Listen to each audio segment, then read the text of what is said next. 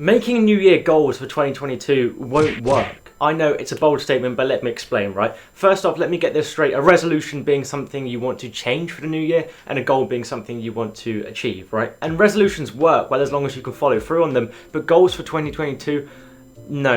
And let me explain why. The idea of a goal for 2022, whether that's to lose a certain amount of weight or gain a certain status or to make a certain amount of money, the actual goal itself isn't the problem. I mean, you could set out in 2022 to become a professional footballer. The problem part is the time frame that you give yourself. Setting it up as a goal to achieve in 2022 means that you give yourself a whole year to achieve this goal, and that's where a lot of people will run into problems. And it's all pretty much explained by a law called the Parkinson's law. And if you haven't heard of the Parkinson's law, then it's a law that pretty much changed my life. So let me quickly explain it. It's the law that work expands as to fill the time allocated for its completion, or in other words, a job will take as long as you give it to be completed. So let me put it into perspective for you. Say you've been given your month to complete a task. Well, you'll complete this task in the month period, but the effort that you put into the task throughout the month will be very mediocre, because it won't be like full attention, full effort on this project. It will be a bit of effort every single day throughout the entire month. Or the second scenario, you've been given 3 days to complete this month-long project. The effort that you put in, the attention that you put in over those 3 days will be so much more superior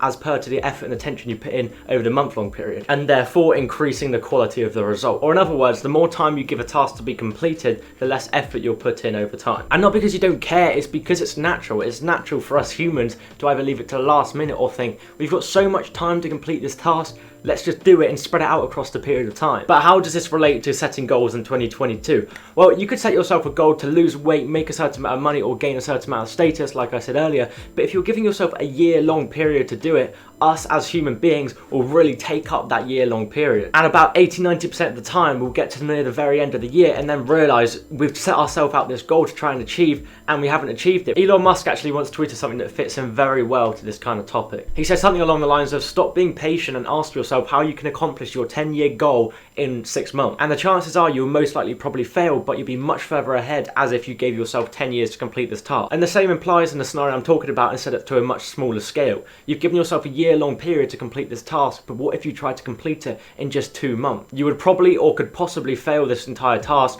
but you'd be much further ahead than if you gave yourself a year long to do it, as per to if you did it in 2 months. Does that make sense? It's also important to remember that some goals are passive and some goals are active. Say your goal in 2022 was to buy your first house, and you smashed it out in January and you did all the papers and stuff, yet they took another 6 months to come through. Then that goal is passive. You can't do anything. That's out of your control now. You've done your part, and the rest of the goal is going to passively come along. Whereas something like going to the gym or making more money, that's active, and that requires consistency to accomplish. So don't feel bad if there's a passive goal that's taking too much time to be completed. Just work on your active goals. Something that's up to you and you know that you're in control of. What is the solution? What do you do instead of giving yourself a 2022 goal? What I personally do is I split it up into quarters. I give myself new goals for every single quarter of 2022. This means the time frame is smaller, which means I have more pressure put on me to actually accomplish this goal. Set a note in your calendar or something like that for the end of every quarter or the start of every quarter, and then set yourself new goals. You could do it at the very start of the year, but you may, run over or be a bit behind on the goals, and then you kind of mess it all up. So put something in your calendar for every 4 months, just saying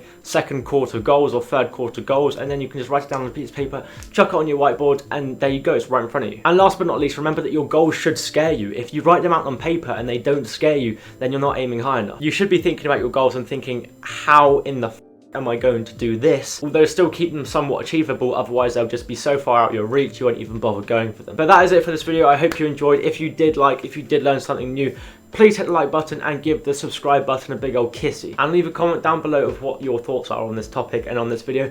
I would love to discuss with you guys. If you have any questions or any future recommendations for videos you want me to cover, let me know as well. I'll do my very best. And last but not least, follow me on Instagram. I want to get you guys involved on future videos like Q&As and stuff. And the one way to do it is through Instagram, in my head anyway. Also, if you want to see a new video of mine that I made, click on this video here. It's basically me going over how I make my days so productive as a teen, and the tools and the sort of skills that I use.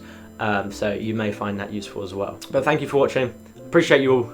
See you next time. Ciao.